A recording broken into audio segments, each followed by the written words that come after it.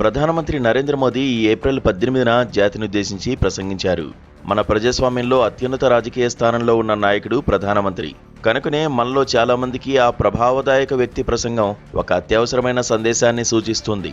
రాష్ట్రపతి కూడా కొన్ని సందర్భాల్లో జాతిని ఉద్దేశించి ప్రసంగించారు. అయితే అవి కేవలం లాంఛనప్రాయంగా చేసే ప్రసంగాలే. ప్రధానమంత్రి ప్రసంగాలు భిన్నమైనవి. దేశం ఒక సంక్షోభం ముంగిట ఉన్నప్పుడో లేదా దేశ పౌరుల్లో ప్రతి ఒక్కరి జీవితాన్ని ప్రభావితం చేసి విధాన నిర్ణయం తీసుకున్నప్పుడో ప్రధానమంత్రి జాతి జనులను ఉద్దేశించి ప్రసంగిస్తారు. పెద్ద విలువలు గల కరెన్సీ నోట్లను రద్దు చేస్తున్న విషయాన్ని నవంబర్ 8, 2016 రాత్రి 8 గంటల సమయంలో దేశ ప్రజలకు ప్రధానమంత్రి తెలియజేయడాన్ని, అలాగే మార్చి 24, 2020న దేశవ్యాప్తంగా లాక్డౌన్ అమలుపరుస్తున్నట్టు ప్రకటించడాన్ని ఎవరు మర్చిపోగలరు? ఈ కారణంగానే ప్రధానమంత్రి జాతిని ఉద్దేశించి ప్రసంగిస్తున్నారంటే ఆ ప్రసంగ విషయానికి ఎంతో ప్రాధాన్యం ఉంటుంది.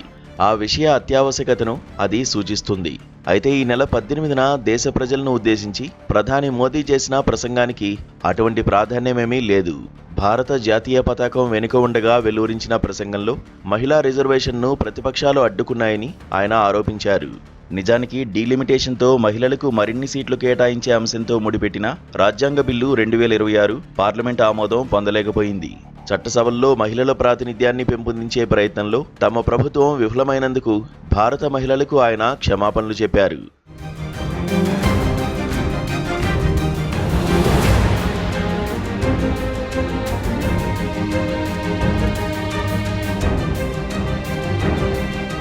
ప్రధానమంత్రిగా నరేంద్ర మోదీ ఆ ప్రసంగం చేయడం ఒక అసాధారణమైన విషయం.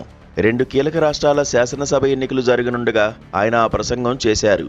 ఎన్నికల నిబంధనల మేరకు ప్రధానమంత్రిగా ఆయన ఆ ప్రసంగం చేయకూడదు. అయితే భారత ఎన్నికల సంఘం మోదీపై ఎటువంటి చర్య తీసుకోకపోగా నామమాత్రంగానైనా ఆక్షేపణ తెలుపలేదు. సరే, మోదీ ఆ ప్రసంగం చేయడం ద్వారా తాను నిర్వహిస్తున్న అత్యున్నత పదవి రాజకీయ హోదాను కళంకపరిచారు.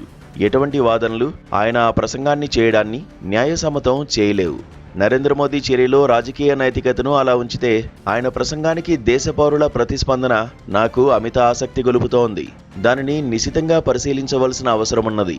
మన రాజ్యాంగంపై అవగాహన ఉన్న కొద్దిమంది పౌరులు ప్రధానమంత్రిగా మోదీ ఆ ప్రసంగం చేయడాన్ని ఆక్షేపిస్తూ ఈసీఐకి లేఖలు రాశారు. సామాజిక మాధ్యమాల్లో మోదీ చర్యపై ఆగ్రహావేశాలు వ్యక్తమయ్యాయి. మోదీ ప్రసంగాన్ని తప్పుబట్టిన వారు ఎంతో మంది లేరని చెప్పడం సత్యదూరమేమీ కాదు. ఆయన తన అభిప్రాయాన్ని ప్రజలకు నివేదించారు. ప్రధానమంత్రి కనుక ఆయన ఆ అధికార స్థానం నుంచి దేశ ప్రజలతో సంభాషించారని చాలామంది భావించారు. ప్రధానమంత్రిగా ఆయన ఆ ప్రసంగం చేయడం తప్పు అనే మౌలిక సత్యాన్ని దేశ పౌరులు గుర్తించలేరు. రాజకీయాల పట్ల మన నిబద్ధత, బాధ్యత గురించి ఇది ఏమి చెబుతుంది? అధికారంతో మన సంబంధాలు ఏమిటి అనేది ప్రస్తుత సందర్భంలో చాలా సముచితమైన ప్రశ్న అని నేను భావిస్తున్నాను. అధికారం ప్రజలపై, ముఖ్యంగా భారతీయులపై విడ్డూరమైన ప్రభావాన్ని నెరపడం కద్దు. అధికారంలో ఉన్న వారికి విధేయులుగా ఉండేలా వ్యవహరించేలా మన సామాజిక వ్యవస్థ మనల్ని తీర్చిదిద్దుతోంది. పాలకులకు ప్రశ్నలు సంధించేవారు సైతం ఈ దాస్యతత్వాన్ని రక్తగతం చేసుకున్న వారే కావడం గమనార్హం. ప్రశ్నించడం అనేది అధికారం ద్వారా నియంత్రితమవుతోంది. ఇప్పటికే అధికారంలో ఉన్న శ్రేణులు యథాతథంగా కొనసాగేలా మాత్రమే ఆ ప్రశ్నల తీరుతెన్నులు ఉండేలా అధికారంలో ఉన్నవారే నిర్దేశించడం జరుగుతోంది. మరింత స్పష్టంగా చెప్పాలంటే అధికారంలో ఉన్న వారికి ఇబ్బంది కలిగించే ప్రశ్నలు వేసేందుకు అనుమతించరు. ప్రస్తుత అధికార అసమతౌల్యతలు మరింత దృఢమయ్యేలా మాత్రమే ప్రశ్నించే వైఖరులు ఉండి తీరాలి.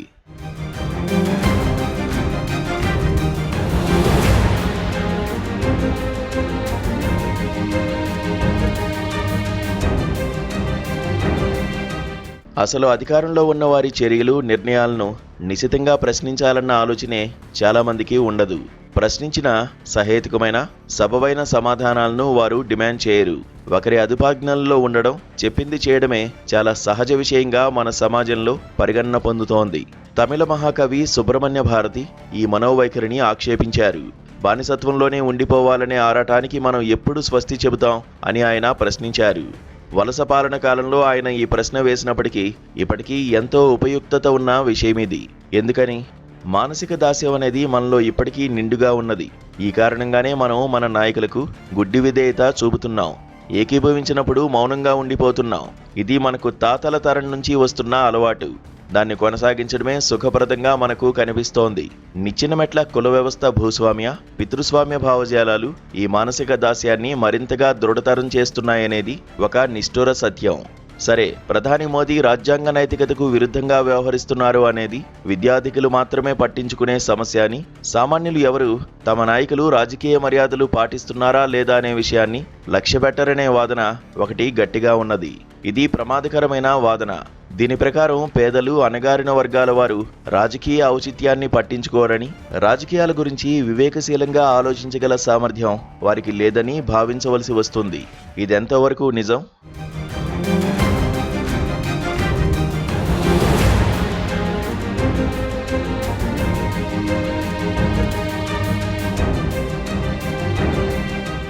మధ్యతరగతి, ఉన్నత మధ్యతరగతి వర్గాలు జీవన సౌఖ్యాల గురించి ఎక్కువగా ఆలోచించడం పరిపాటి. పేద ప్రజల ఆలోచనలు భిన్నంగా ఉంటాయి.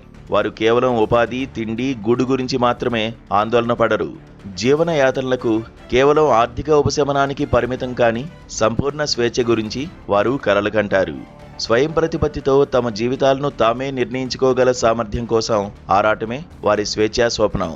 పరిపూర్ణ స్వేచ్ఛకై తమ ఆరాటాన్ని ఆంగ్ల విద్యావంతుల వలె వారు స్పష్టంగా వ్యక్తీకరించలేకపోవచ్చు గాని, ఆ సమగ్ర స్వేచ్ఛను ఆ విద్యార్థికులు అర్థం చేసుకోలేని రీతుల్లో వారు అవగాహన చేసుకుంటారు. అంతేకాదు, స్వేచ్ఛను సమకూర్చుకునేందుకు పేదలు చూపే చొరవ శక్తివంతమైనది. మధ్యతరగతి, ఉన్నత మధ్యతరగతి ప్రజల ఉత్సుకత కంటే అది చాలా బలీయమైనది. ఇదిగో ఈ కారణంగానే అధికారంలో ఉన్నవారు ఆ పరిపూర్ణ స్వేచ్ఛా స్వాప్నికలను, అంటే పేదలను సదా తమ నియంత్రణలో ఉంచుకునేందుకు తాము చేయగలిగిందంతా చేస్తుంటారు.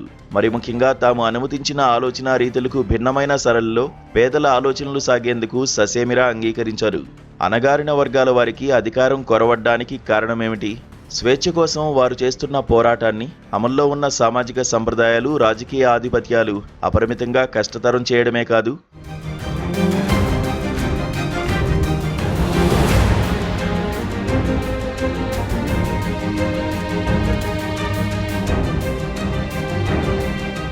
ప్రభుత్వాలకు కఠినమైన ప్రశ్నలు సంధించడంలో వైఫల్యానికి నిజమైన బాధ్యులు సామాజికంగా విశేషాధికారాలు అనుభవిస్తున్న వారేనని నిక్కచ్చిగా చెప్పితీరాలి.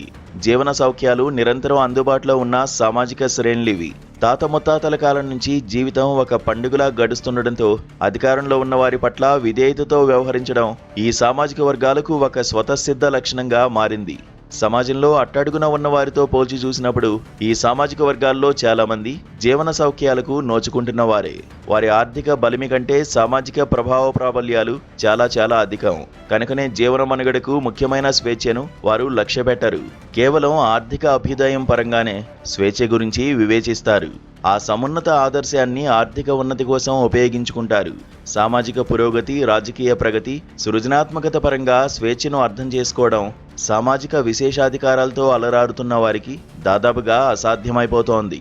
శక్తివంతమైన సామాజిక వర్గాలు తమ ఆర్థిక బలిమికి మరింతగా దోహదం చేసే విద్యా నమూనాలను రూపొందించి అమలుపరుస్తూ లబ్ధి పొందుతున్నాయి.